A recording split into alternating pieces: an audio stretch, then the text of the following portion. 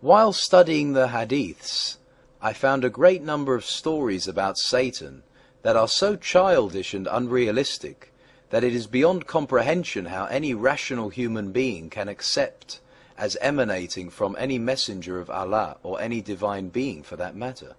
Will you give us examples? Many of the verses of the Quran and the stories in the Ahadith regarding the failures, errors and deceptions perpetrated by Satan upon the earlier prophets were created and falsified to deliberately deceive the reader and the uninquisitive thinker into believing that Muhammad was not alone in being misguided by Satan. Of course, all of these attempts at deception, misinformation and disinformation have remained unchallenged for almost 1400 years because most people knew very little about the Quran and Ahadith. All this has changed in the last 100 years, when enormous amounts of research have been conducted on the Arabic of the Quran, Ahadith, and archaeology in Arabia, the Yemen, and others in the area of the Middle East. The knowledge available at this very moment for all to read is astounding, both in its amount as well as in its negative implications regarding the cult of Muhammad's belief system. Al-Hajj 22.52. Never did we send an apostle or a prophet before thee, but when he framed a desire, Satan threw some vanity into his desire.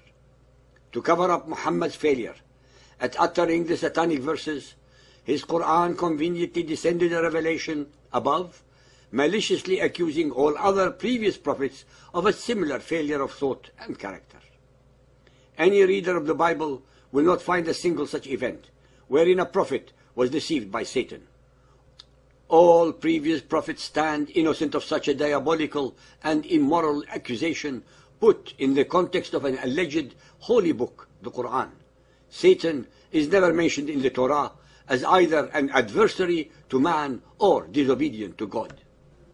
Satan is a concept created by the human mind to blame it for its own failures, misdeeds, evil deeds, and all other theologically and morally unacceptable acts.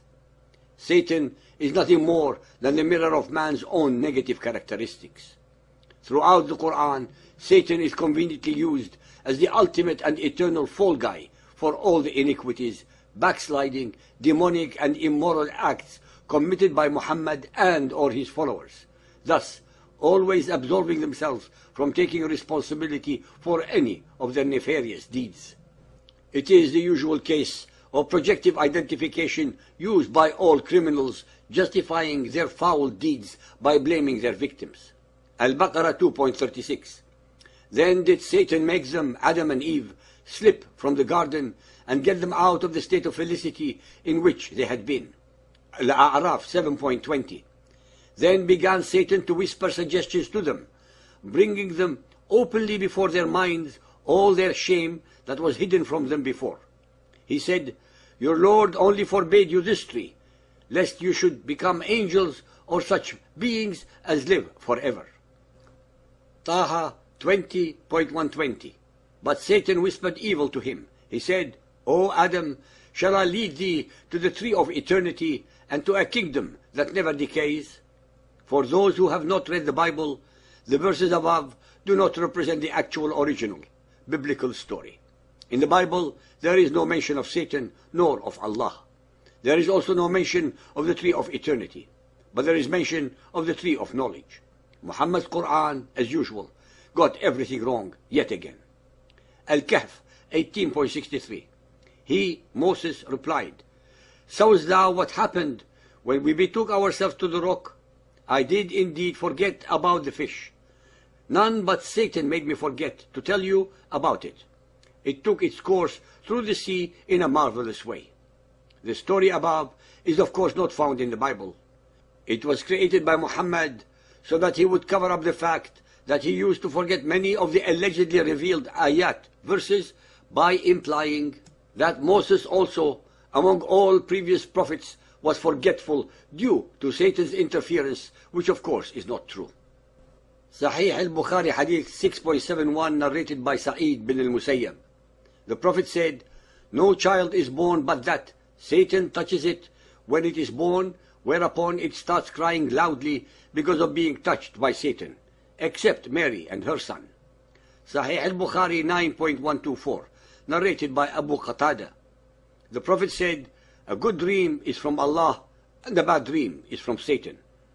Sahih al-Bukhari 2.301, narrated by Abu Huraira. The Prophet once offered a prayer and said, Satan came in front of me and tried to interrupt my prayer, but Allah gave me an upper hand on him and I choked him. No doubt, I thought of tying him to one of the pillars of the mosque till you get up in the morning and see him. Why did not Muhammad keep Satan tied so that all of his people would see him in the morning and become instant believers? Had Muhammad done so, he would not have needed to slaughter any of them into submission to his will. It is of course obvious that he was lying and deceiving his followers with his phantom deeds. Sahih Muslim Hadith 5611, narrated by Abu Sa'id al-Khudri. We were going with Allah's Messenger, and we met a poet who had been reciting a poem. Thereupon Allah's Messenger said, Catch the Satan, or detain the Satan, for filling the belly of a person with pus is better than stuffing the brain with poetry. Even the noble poetry of the Arabs is considered satanic by Muhammad. He has not left his followers a single item of enjoyment or pleasure in life on earth, but eternal ones after death, while dying fi sabilillah, for the sake of Allah, which in reality it is always for the sake of Muhammad. Sunan of Abu Dawood 184, narrated by Al-Bara' ibn Azib. The Messenger of Allah said, Do not offer prayer in places where the camels lie down. These are the places of Satan. He was asked about saying prayers in the sheepfolds. He replied, You may offer prayer in such places. These are the places of the blessings. Al-Tirmidhi Hadith 999, narrated by grandfather of Adi ibn Thabit. Allah's Messenger said, Sneezing, drowsing, yawning in prayer, also menstruation, vomiting, and nose bleeding are from the acts of Satan. Sahih Bukhari 4.522, narrated by Abu Huraira. The Prophet said, When you hear the crowing of cocks, ask for Allah's blessings, for their crowing indicates that they have seen an angel. And when you hear the braying of donkeys, seek refuge with Allah from Satan, for their braying indicates that they have seen a Satan. Sahih Bukhari 9.212, narrated by Salim's father. The Prophet stood up beside the pulpit and pointed with his finger towards the east and said, Afflictions are there, from where the side of the head of Satan comes out, or said, the side of the sun. Sahih al-Bukhari 9.126, narrated by Abu Sa'id al-Khudri. The Prophet said, Whoever sees me in a dream, then he indeed has seen the truth, as Satan cannot appear in my shape. Muhammad is forever humble. Sahih Muslim 5008, narrated by Abdullah ibn Umar. Allah's Messenger said, When any one of you intends to eat a meal, he should eat with his right hand. And when he intends to drink, he should drink with his right hand. For the Satan eats with his left hand and drinks with his left hand. Sahih Muslim 5279, narrated by Abu Huraira. Allah's Messenger said, The bell is a musical instrument of the Satan. Sahih al-Bukhari 4.492, narrated by Abdullah. It was mentioned before the Prophet that there was a man who slept the night till morning after sunrise.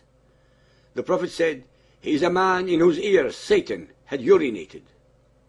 Believers and unbelievers, these are only a very small sample of hundreds upon hundreds more of such incoherent, and utterly dim-witted sayings from the mouth of allegedly the greatest of all of Allah's prophets. I leave it to you, our listeners or readers, to make up your own minds.